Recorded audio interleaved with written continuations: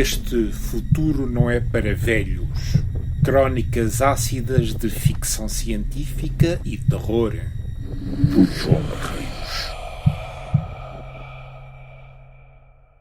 No início dos anos 70, os irmãos Strugatsky escreveram um pequeno livrinho, não mais de 200 páginas, que será para sempre famoso na história da ficção científica.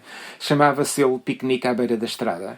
Para que façam compreender a alusão, imaginem o seguinte, que vocês próprios vão fazer um piquenique no meio do bosque, com a família inteira, sogra e cão inclusive.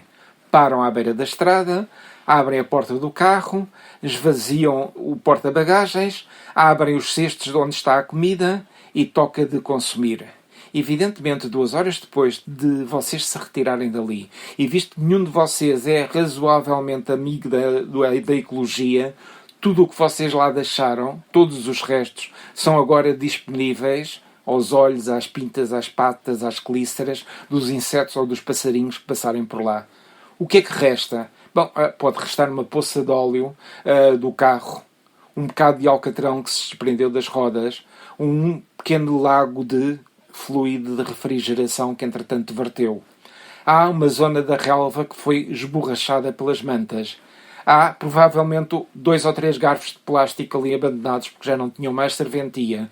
Papel celofane esborrachado. Lenços de papel que serviram para limpar a boca ou para assoar com os respectivos conteúdos expelidos.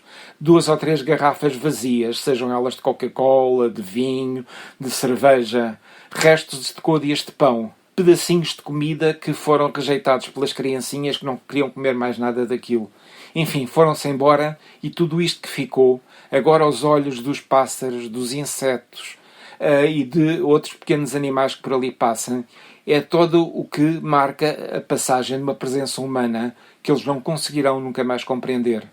Parte dessa presença é tóxica, outra é extremamente valiosa, porque, enfim, pode servir de parte de alimento. Claro que os irmãos Strugatsky nunca se quiseram referir a um piquenique humano à beira da estrada. Queriam referir-se, sim, à visita de 6 naves extraterrestres que pararam na Terra, durante poucas horas, ali fizeram um piquenique e depois se foram embora.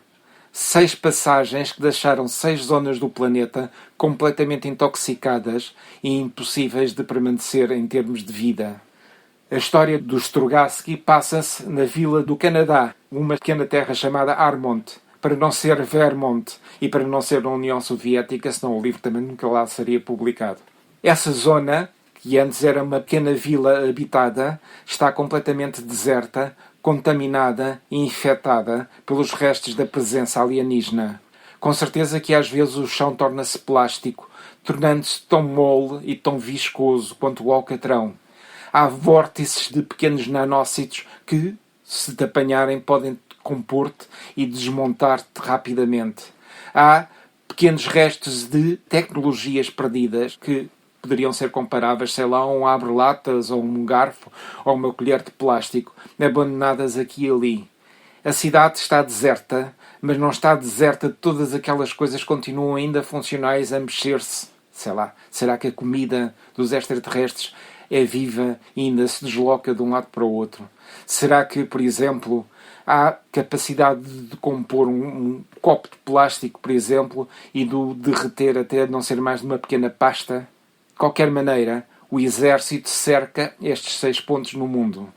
E nas costas do exército mergulham nele, nesta zona perfeitamente destruída e arrasada, aquilo que se chamaria os stalkers.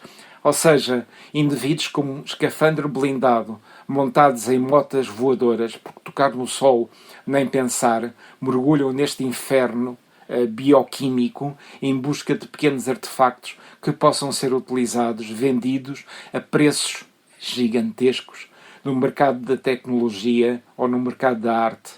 Nunca estes stalkers conseguem compreender para que é que servem os objetos que recolhem.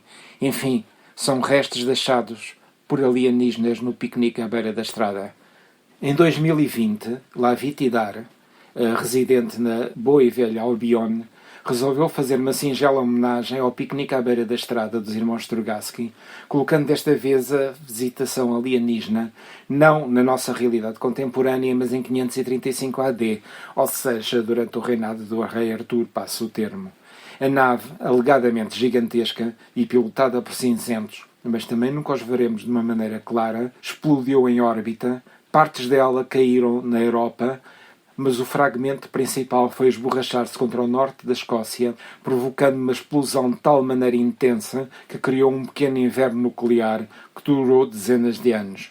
Inverno esse que parece fazer parte da realidade histórica do nosso mundo. O que é que aconteceu à nave? A nave, durante 20, 30, 40, 50 anos, começou vagamente, lentamente, a reconstruir-se, enquanto contaminava tudo o que estava à volta.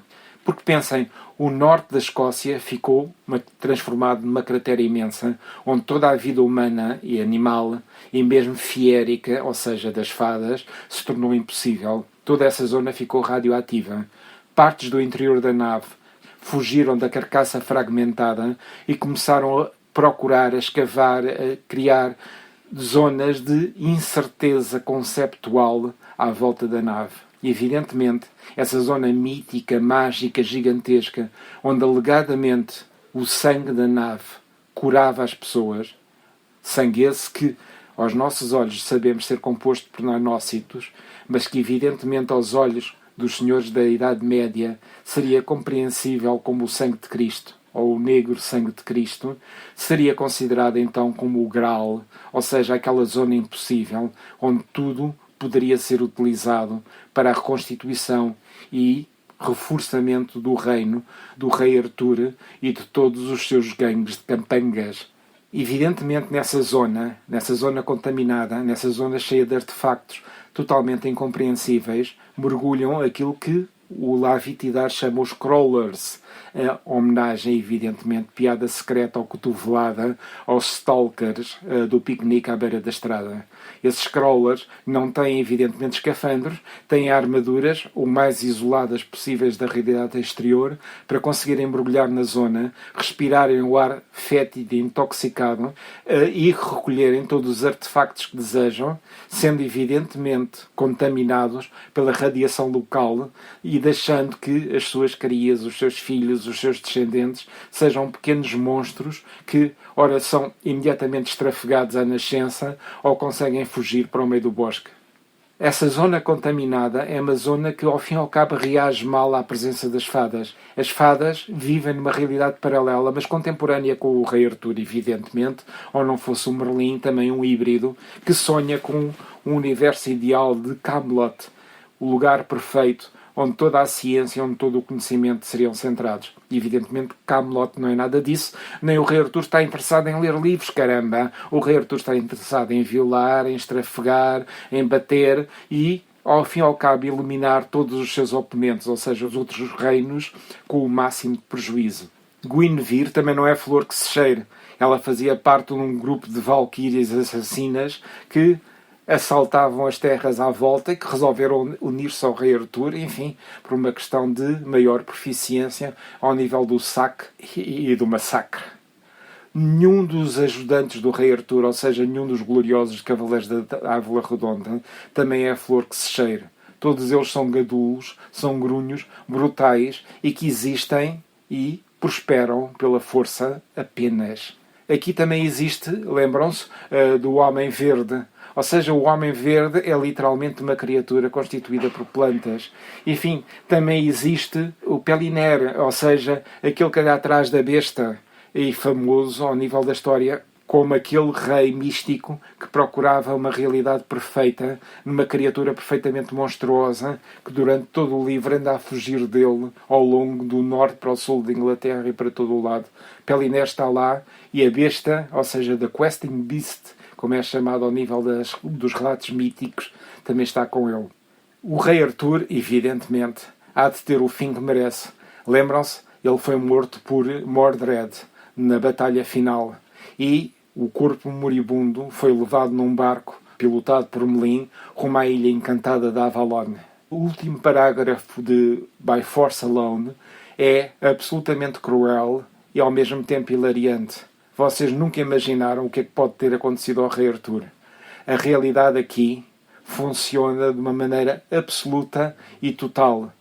Ou seja, temos um livro hiperrealista, extremamente violento, extremamente ligado com humor sarcástico Evidentemente, onde as fadas existem, onde a distorção temporal existe e onde as visitas alienígenas também existem.